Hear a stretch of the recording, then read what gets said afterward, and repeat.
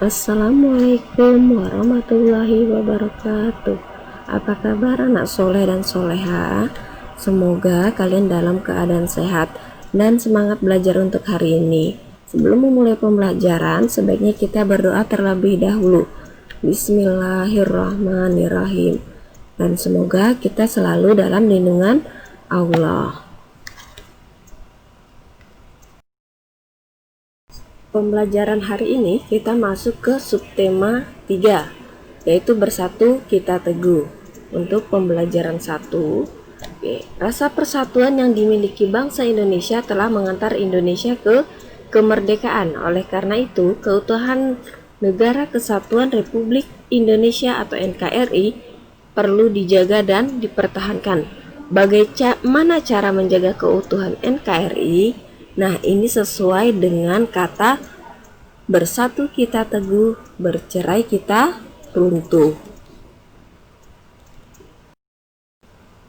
Hari ini kita akan belajar tentang penggunaan kosakata baku, menjelaskan pengaruh kemerdekaan terhadap kesejahteraan rakyat, menjelaskan pemanfaatan hewan dan tumbuhan, membuat langkah-langkah dan pola lantai dalam seni daerah. Sikap yang akan kita kembangkan adalah cinta tanah air, kerjasama, dan kreatif. Kita akan mengenal beberapa kosakata baku. Perhatikan untuk contoh berikut. Absen siswa kelas 6 diurutkan berdasarkan abjadnya. Contoh yang kedua, nasihat orang tua harus didengar karena itu kebaikan untukmu. Dari dua kalimat di atas, kita akan menemukan kata yang tidak sesuai dengan EYD-nya atau ejaan yang disempurnakan. Kata yang pertama yaitu abjad. Bentuk bakunya adalah abjad. Penulisan huruf akhirnya bukan menggunakan T tapi menggunakan D.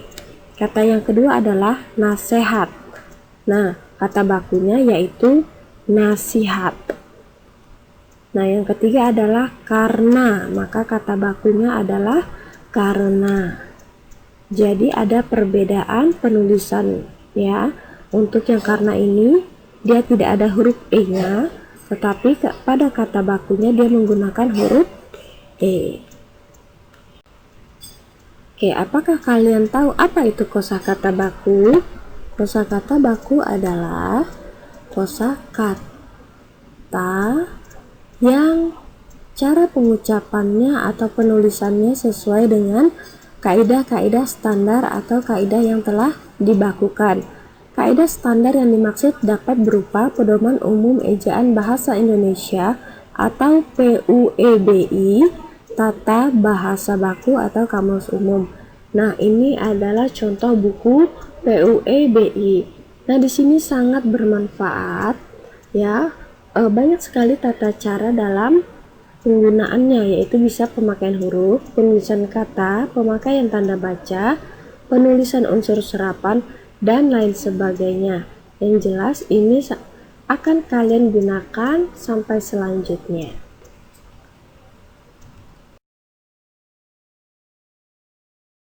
Kalian tahu apa perbedaan kata baku dan tidak baku? Untuk kata baku dan tidak baku itu memiliki perbedaan pada fungsinya. Fungsi kata baku sangat beragam, seperti membuat karya ilmiah, surat resmi, laporan, surat lamaran pekerjaan, dan sebagainya. Sedangkan kata tidak baku sebagai bahasa percakapan sehari-hari. Ciri-ciri kata baku yang pertama yaitu kata baku tidak terkontaminasi atau tidak rancu. Yang kedua, kata baku tidak dipengaruhi bahasa asing atau bahasa daerah. Yang ketiga, bahasa baku bentuknya tetap dan tidak mudah diubah-ubah. Yang keempat, kata baku menggunakan imbuhan secara tepat. Yang kelima, digunakan pada acara formal atau resmi. Dan yang keenam, memiliki arti yang pasti. Ciri-ciri dari kata tidak baku yaitu yang pertama, digunakan pada percakapan sehari-hari. Yang kedua, kata tidak baku sudah terkontaminasi bahasa asing atau bahasa daerah. Yang ketiga, bentuk kata tidak baku berubah-ubah.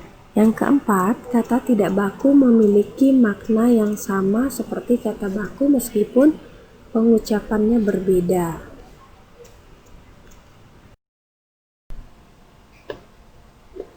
Nah, berikut ada contoh kosakata tidak baku dan kosakata baku. Yang pertama, sistem. Nah, kata bakunya adalah sistem. Bukan menggunakan huruf I, tapi penggunaannya huruf E. Kwitansi. Nah, kata bakunya adalah kwitansi. Dia tidak menggunakan huruf W, tapi penggunaannya menggunakan huruf U. Kemudian atlet. Nah, kata bakunya adalah atlet. Selanjutnya, frekuensi. Kosakata bakunya frekuensi. Ya, setelah huruf K itu tidak huruf W ya, tapi menggunakan huruf U. Kosakata tidak baku selanjutnya adalah kreatif. Kata bakunya kreatif, pengucapannya sama tapi penulisannya yang sedikit berbeda. Kreatif tidak baku menggunakan huruf V, sedangkan kata bakunya dia menggunakan huruf F. Nah, kosakata tidak baku selanjutnya yaitu ijazah. Kata bakunya adalah ijazah, tidak menggunakan huruf S tapi huruf Z. Nah, kemudian azazi. Kata bakunya adalah asasi. Kata tidak baku selanjutnya akhirat. Kata bakunya adalah akhirat, tidak menggunakan huruf E tapi huruf I. Kemudian izin. Nah, kata bakunya adalah izin. Kosakata tidak baku selanjutnya yaitu apotik. Kata bakunya adalah apotek. Penggunaan kata huruf yang tidak sesuainya adalah dia penggunaan huruf I seharusnya menggunakan huruf E. Sekarang kita masuk ke menjelaskan pengaruh kemerdekaan terhadap kesejahteraan rakyat. Bagaimana pengaruh kemerdekaan terhadap kebebasanmu dalam bersekolah? Apakah kamu sudah dapat mengenyam pendidikan dengan layak? Apakah kamu dapat belajar dengan kondisi nyaman? Apakah kamu menjalankan kewajibanmu sebagai pelajar dengan baik? Apa yang kamu lakukan dalam mengisi kemerdekaan sebagai seorang pelajar? Kita tahu bahwa bangsa Indonesia telah dijajah sekian ratus tahun. Bangsa Indonesia dijajah bangsa asing hampir 350 tahun, yaitu seperti bangsa Belanda, Inggris, Portugis, dan Jepang. Banyak sekali kebijakan yang sangat menyengsarakan rakyat pada masa penjajahan ini, yaitu tanam paksa atau kultur sel-sel dan kerja paksa atau kerja rodi itu pada masa penjajahan Belanda. Kemudian kerja paksa atau romusa itu pada masa penjajahan Jepang. Nah, seluruh bidang kehidupan di Indonesia diatur oleh penjajah sehingga bangsa Indonesia tidak dapat menentukan sendiri arah kehidupan bangsa.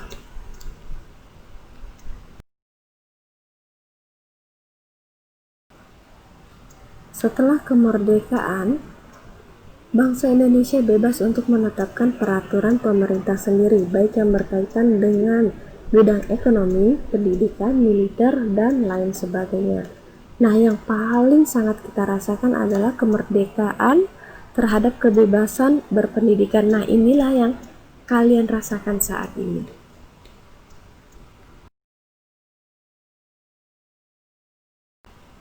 Kemerdekaan bagi bangsa Indonesia, yaitu di bidang pendidikan. Nah, pada masa penjajahan, pendidikan hanya dirasakan oleh golongan bangsawan. Selain itu, hanya kaum laki-laki saja yang berhak memperoleh pendidikan. Namun, setelah kemerdekaan, laki-laki dan perempuan memiliki hak yang sama untuk memperoleh pendidikan.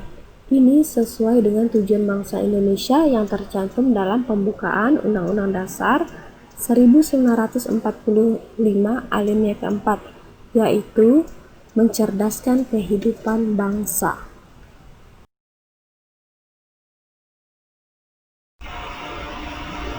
Manfaat yang kedua yaitu di bidang perekonomian. Setelah merdeka, perekonomian Indonesia berhasil dikuasai oleh negara.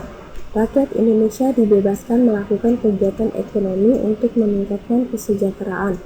Hal ini sesuai dengan cita-cita bangsa Indonesia yang tercantum dalam pembukaan Undang-Undang Dasar 1945 alinea kedua, yaitu kemerdekaan bangsa Indonesia yang merdeka, bersatu, berdaulat, adil, dan makmur.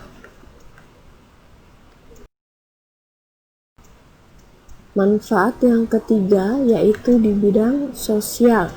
Setelah proklamasi kemerdekaan, setiap rakyat Indonesia memiliki hak dan kewajiban yang sama. Tidak ada lagi pengelompokan seperti pada masa penjajahan. Semua suku memiliki derajat yang sama. Meningkatkan kesejahteraan rakyat merupakan tanggung jawab pemerintah. Akan tetapi, setiap warga negara ikut serta dalam meningkatkan kesejahteraan masyarakat sekitar. Misalnya, dengan membuka lapangan pekerjaan untuk mengurangi pengangguran dan mendukung program pemerintah. Pemanfaatan hewan dan tumbuhan. Ada banyak jenis tumbuhan dan hewan yang memberikan manfaat bagi manusia. Tumbuhan dan hewan yang dimanfaatkan manusia memiliki struktur atau bentuk khusus yang berbeda-beda.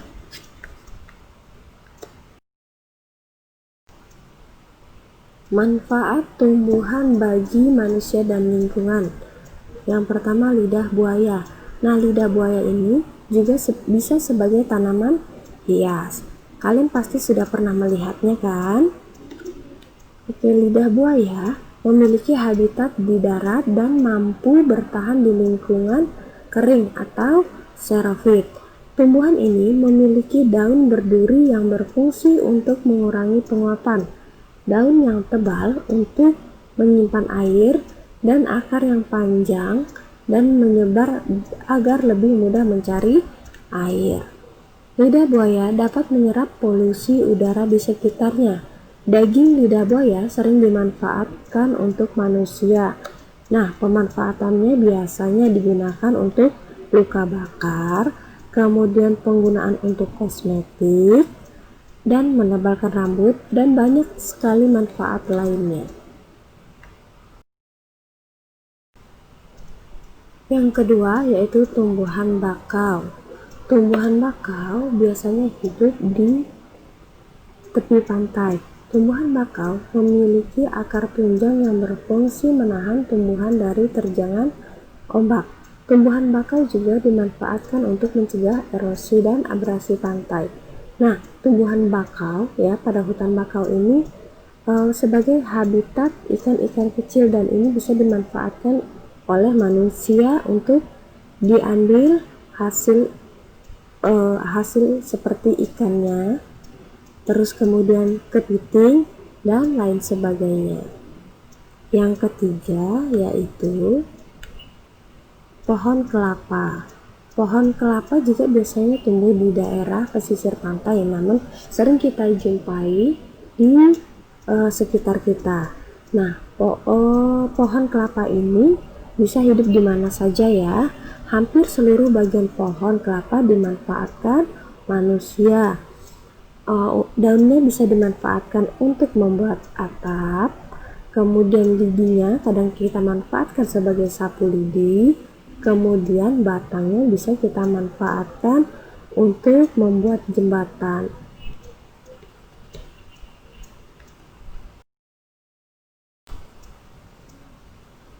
Oke, manfaat hewan bagi manusia dan lingkungan. Yang pertama, lebah. Lebah merupakan sejenis serangga yang memiliki ciri khusus berupa sengat di ekornya.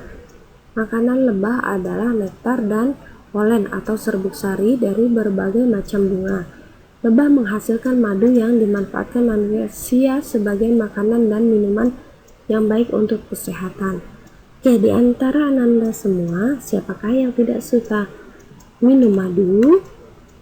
Nah, untuk lingkungan, lebah ini bermanfaat membantu penyerbukan tanaman.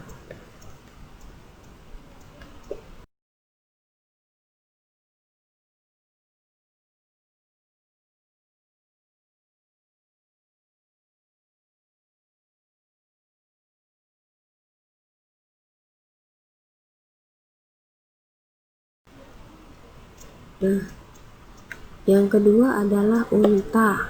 Unta merupakan hewan besar yang bertahan di daerah yang kering dan tandus. Unta mampu melakukan perjalanan jauh tanpa makan dan minum.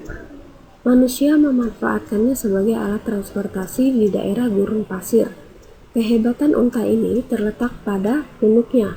Punuk unta menyimpan lemak yang dijadikan cadangan saat unta susah mendapatkan makanan atau minuman. Nah, yang ketiga adalah kerbau.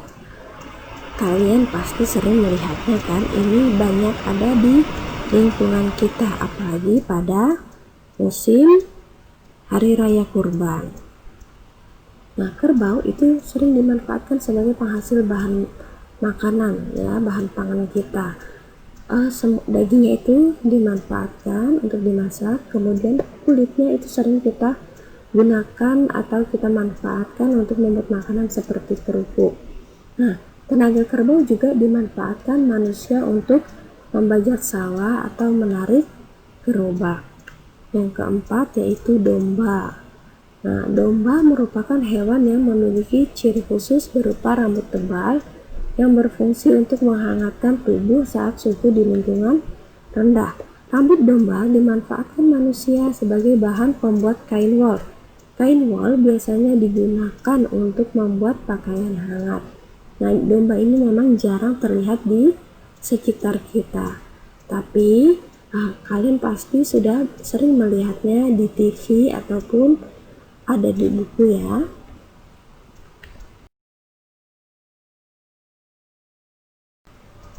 Pembelajaran 2, ayo kita mengamati. Nah, tarian berkelompok dibutuhkan kerjasama tanpa adanya rasa ingin menonjol pada salah satu penari agar seluruh tim dapat mencapai tahapan tari dengan baik. Nah, pada tari berkelompok ini kita butuh kekompakan, ya.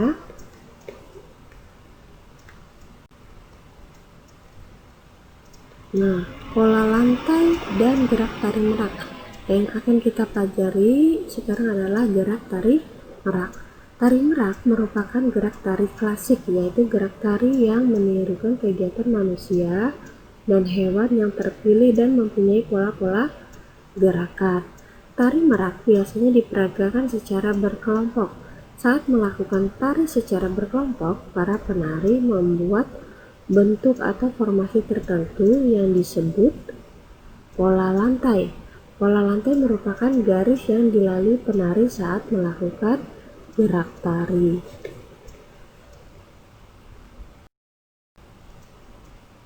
Nah, berikut kita pelajari beberapa gerakan pada tari merak. Yang pertama gerakan 1 yaitu pola lantai horizontal. Penari melakukan formasi bentuk garis lurus ke arah samping. Gerakan yang kedua, pola lantai garis lurus atau diagonal saling berhadapan. Jadi penari ini memiliki pasangan dan mereka saling berhadapan. Gerakan yang ketiga yaitu pola lantai garis lurus atau diagonal saling berlawanan arah. Gerakan yang keempat, pola lantai garis melingkar. Penari melakukan gerakan secara melingkar dan menghadap ke arah luar. Jadi dalam beberapa tarian ini bisa melakukan beberapa gerakan atau melakukan beberapa kali pola lantai yang berbeda. Jadi tidak hanya satu macam saja pola lantai yang digunakan. Baik, sampai sini pelajaran kita hari ini. Semoga Ananda semua paham dengan pembelajaran kita. Wassalamualaikum warahmatullahi wabarakatuh.